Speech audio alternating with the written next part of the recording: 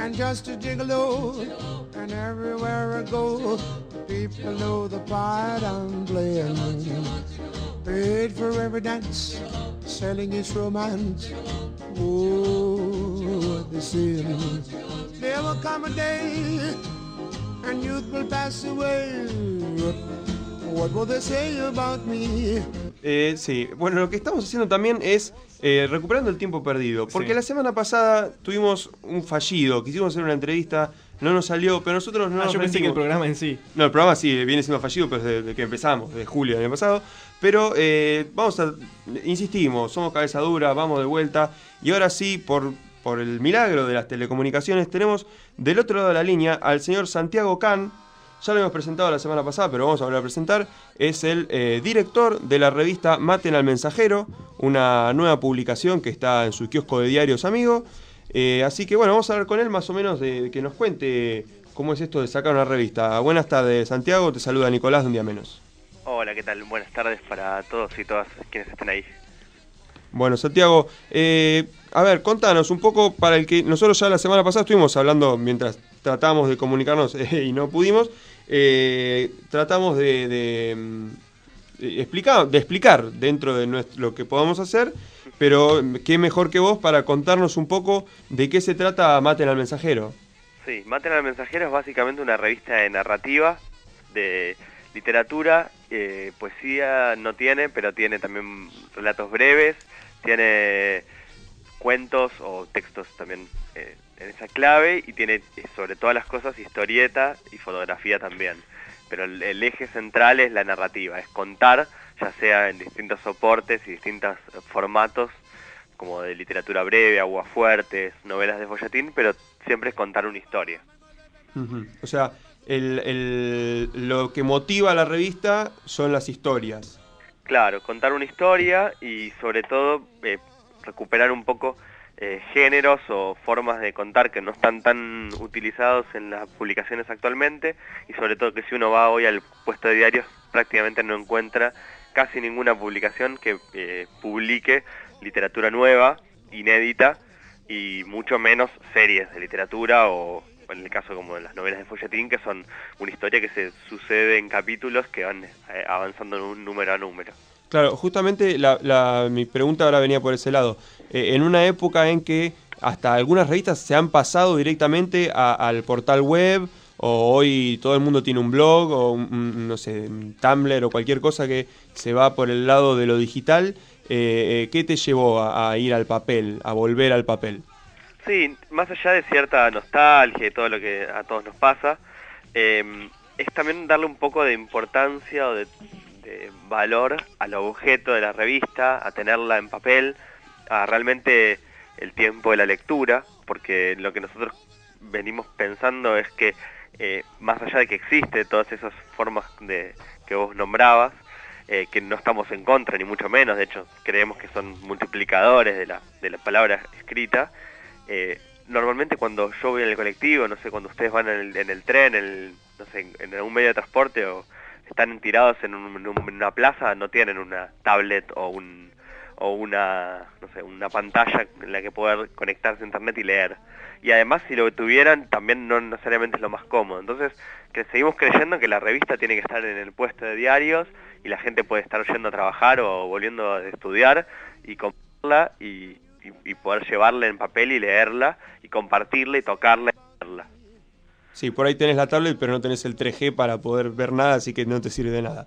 Claro, esa es la otra pata, que es también, de incluso nosotros tenemos material que todavía no difundimos, pero que vamos a empezar a decir que es exclusivo para la página web, como que complementan, en el caso, por ejemplo, de la tapa, que no tiene ninguna explicación, digamos, no tiene ningún detalle que diga de qué se trata. Ah, no es Moby leyendo un blog, no. Claro, que es un personaje que ahí decía, se parece a Moby, o se llama Horacio, y que es entre las tantas cosas que tiene la revista, es una historia que se sucede en 6 tapas. ¿No? Viste que en general cuando hay una revista que tiene una ilustración, es una ilustración de tapa y el número siguiente es otra cosa, nada que ver. Acá no, es un mismo ilustrador, Pablo Vigo, muy talentoso, joven, que hizo 6 tapas e hizo 4 páginas de historieta entre medio de cada tapa, que no van a ir impresas, que van a ir solo en lo digital, donde uno va a poder ir reponiendo qué pasa entre tapa y tapa. Santiago, Sí. la verdad muy bueno, es una idea muy parecida a la que hace Los Simpson con la película de McBain, en la Ajá. cual van pasando diferentes espacios en los capítulos, porque es muy Claro, cuando la ves ingenioso. todo junta tiene un sentido. Te hago una pregunta, ¿en qué se han inspirado para esta gran revista? Porque le veo similitudes a Cerdos y Peces, a la revista Fierro. ¿Hay como una especie de origen en los 80 o simplemente ha sido una idea en general? No, en realidad tiene, para mí, si uno se pone un poco riguroso, tiene más que ver con revistas decimonónicas del siglo XIX, digamos, de 1800. Por ejemplo, hay una revista que incluso el nombre, nosotros conocíamos lo que publicaba, pero no conocíamos el nombre y nos enteramos después, se llamaba El Mensajero, que era rusa, ¿no? De 1800, donde se publicaron, por ejemplo, Guerra y Paz, o novelas que hoy nosotros vemos como clásicos, pero salían como folletines, cada entrega salía un capitulito.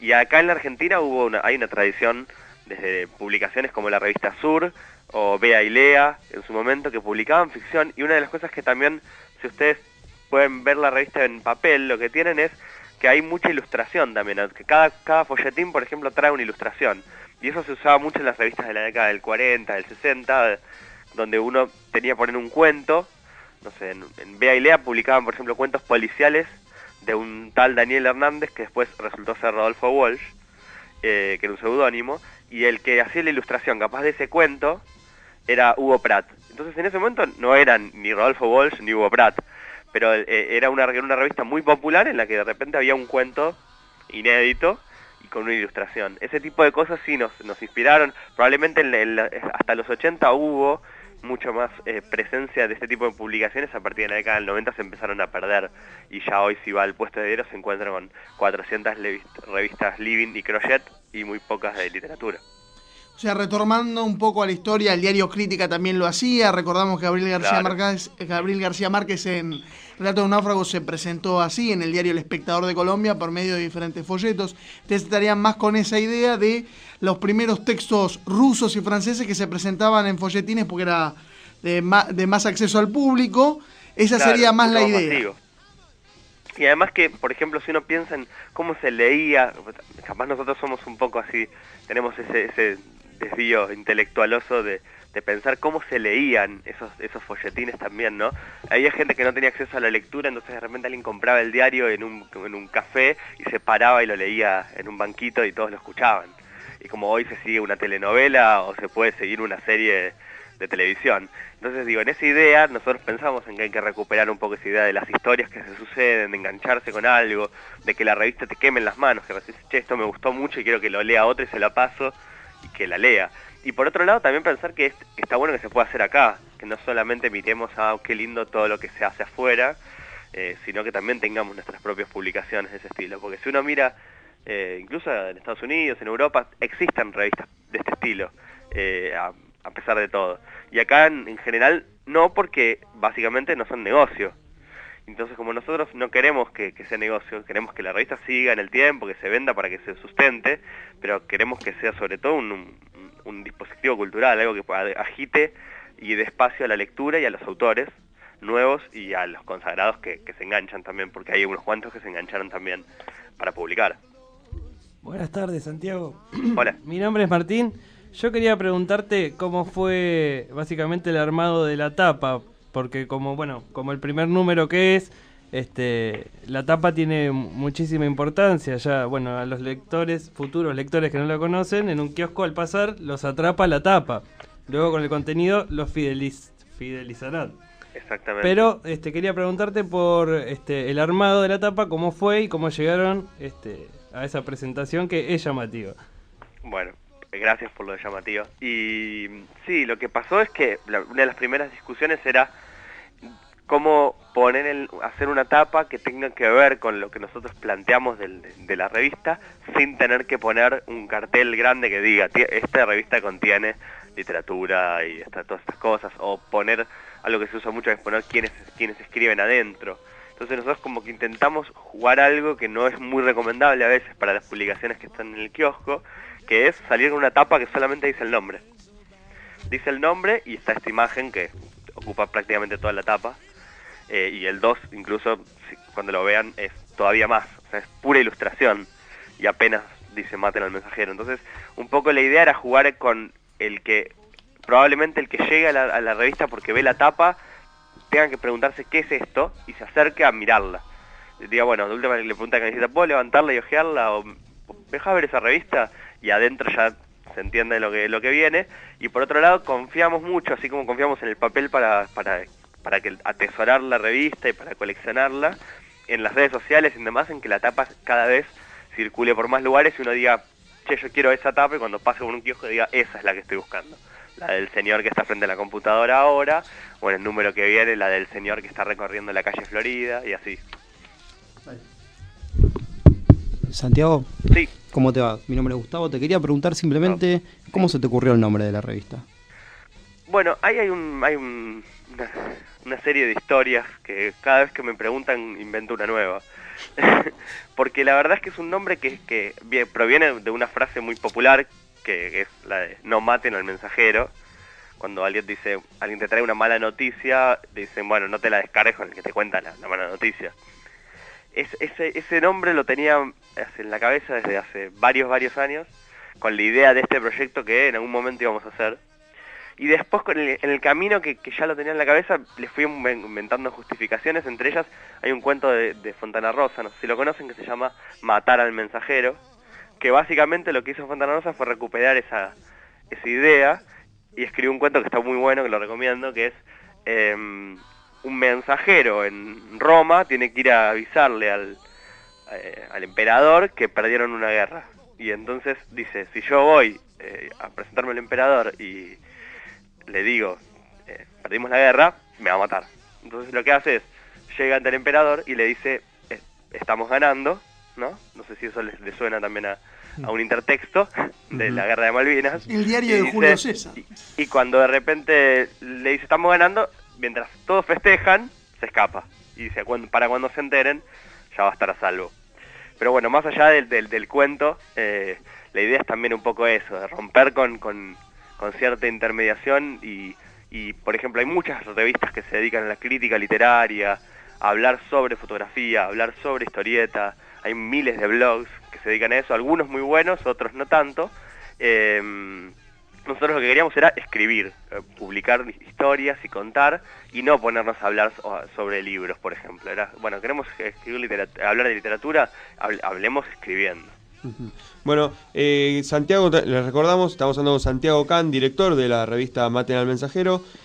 Búsquenla en su kiosco amigo, búsquenla, @mátenlo es el Twitter. Exactamente. Y bueno, en Facebook también, Maten al Mensajero. Maten al Mensajero, ponen y aparece. Así que bueno, ahí lo pueden encontrar en el kiosco de Diarios Amigo. Sí, Capital y Gran Buenos Aires, así que si tienen algún amigo también que vive en el conurbano profundo, que lo busque, porque tiene que llegar. Está. Bueno, sí, aparte uno de los miedos que teníamos al principio era, bueno, decimos que está en todos los kioscos y después qué pasa, si después no la vemos. No, está, la verdad que la vimos y está. Se consigue, así que camine, señora, diría Anita de señora. Lázari. Te agradecemos muchísimo, Santiago, por esta conversación. Y bueno, será hasta la próxima. Muchas gracias. Hasta la próxima, gracias. Bueno, así pasó Santiago Can, el director de esta revista. Gran nombre metalero, Maten al Mensajero, es una típica banda metalera. Yo noté Maten acá, al metalero. Al metalero, no sé, a veces el metalero no. Hay un gran título acá que yo animo a leer esta revista. Hay un folletín que se llama Los Ocotes Fractales de Ganímedes. Ya con ese nombre quiero saber de qué se trata. Es tentador. También me di cuenta que ilustra un compañero de la facultad que he tenido, que es Max Pérez Falic, que lo he tenido en Ciencias Sociales, así que un tipo que trabajaba en Comux, en varios, yo creo que estaré conectado también con ello. Y también veía Lenin y vos, yo no sé si alguien lo ha leído, de Bruno Banner por Facebook, parece que va a sacar su nuevo libro, acá estaba la publicidad. Recomendaba eso en particular dentro de Maten al Mensajero. También estaba, yo no recuerdo ahora el nombre, pero lo vi recién, estaba quien hacía una historieta cómica entre dos hinchas de Morón que lo seguían por todos lados del conurbano, ahora no recuerdo exactamente, estuvieron también en un caño. Mucha gente importante formando en este proceso de Maten al Mensajero. Tiene un buen equipo. Y hablando de equipos y de colaboraciones...